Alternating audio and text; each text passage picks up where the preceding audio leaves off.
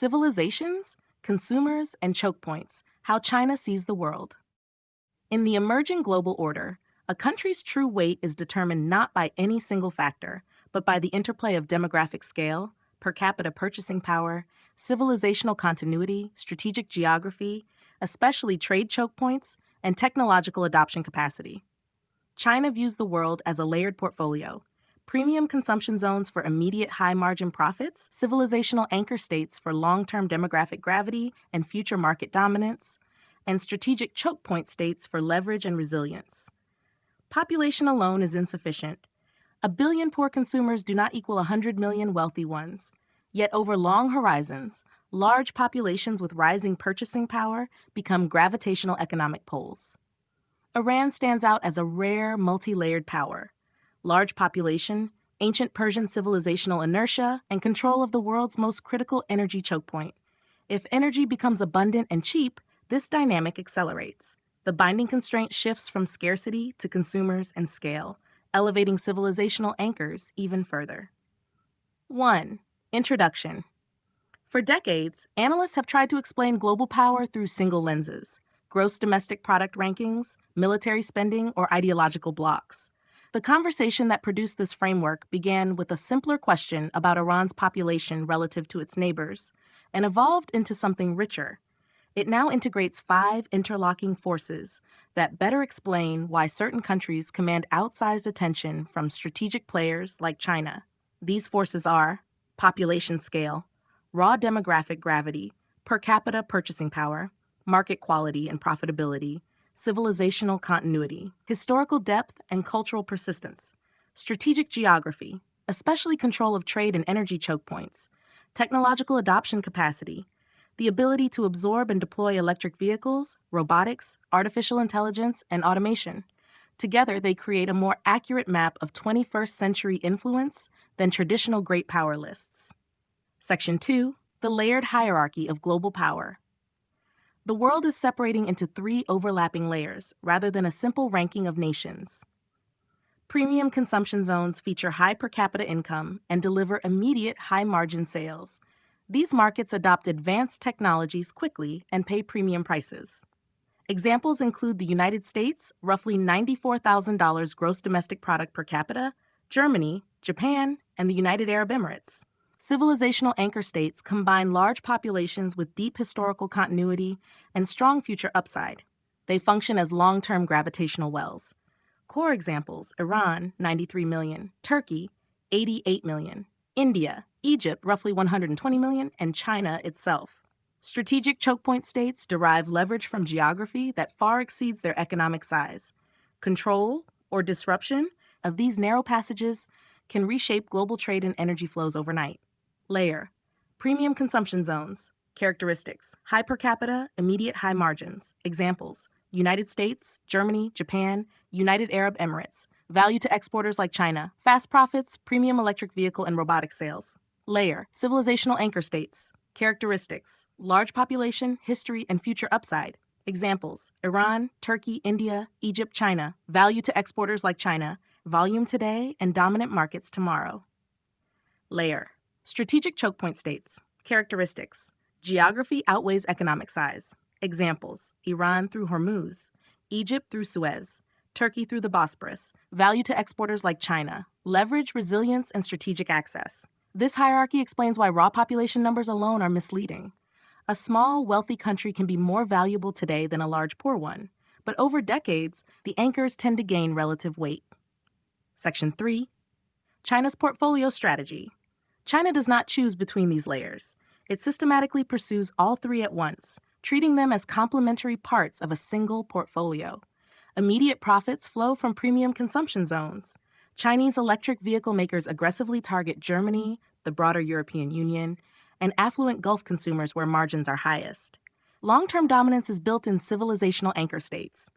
Through Belt and Road financing, technology transfers, and infrastructure deals, China embeds itself in the future growth trajectories of Iran, Turkey, India, Egypt, Indonesia, and Nigeria. Strategic resilience comes from securing choke points and corridors. Investments in ports, railways, and energy routes reduce dependence on vulnerable sea lanes and create enduring influence. Objective: Immediate profits. Target markets: United States, Germany, Japan, United Arab Emirates. Primary goal: high margin sales today. Objective: long-term dominance. Target markets: Iran, Turkey, India, Egypt, Indonesia. Primary goal: market scale and influence tomorrow. Objective: strategic resilience. Target markets: Hormuz, Suez, and Malacca corridors. Primary goal: secure supply chains and leverage. This multi-layered approach gives China strategic depth. It can absorb short-term losses in one layer because the others provide balance and optionality. This content is brought to you by Bobby Giggs. Promote your brand here and reach a wide audience across platforms like YouTube, Instagram, and Facebook. Follow the links in the description to get started. Section 4.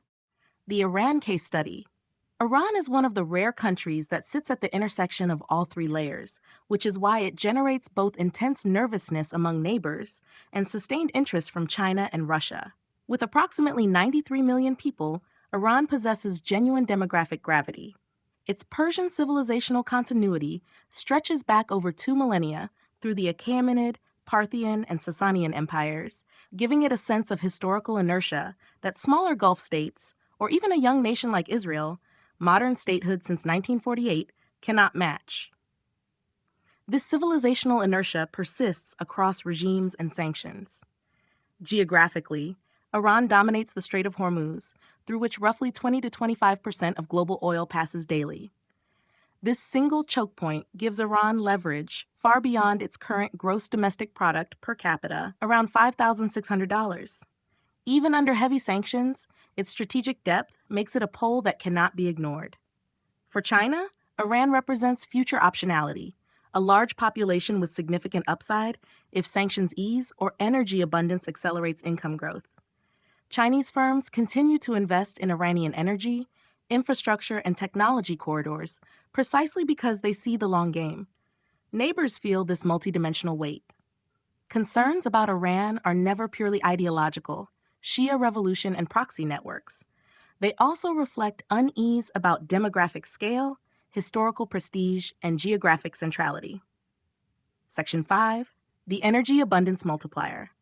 A crucial forward-looking insight is the potential shift if energy becomes dramatically cheaper and more abundant through advanced nuclear, fusion breakthroughs, ultra-cheap renewables plus storage, and artificial intelligence-driven efficiency. In a world of energy scarcity, petrostates and choke points dominate.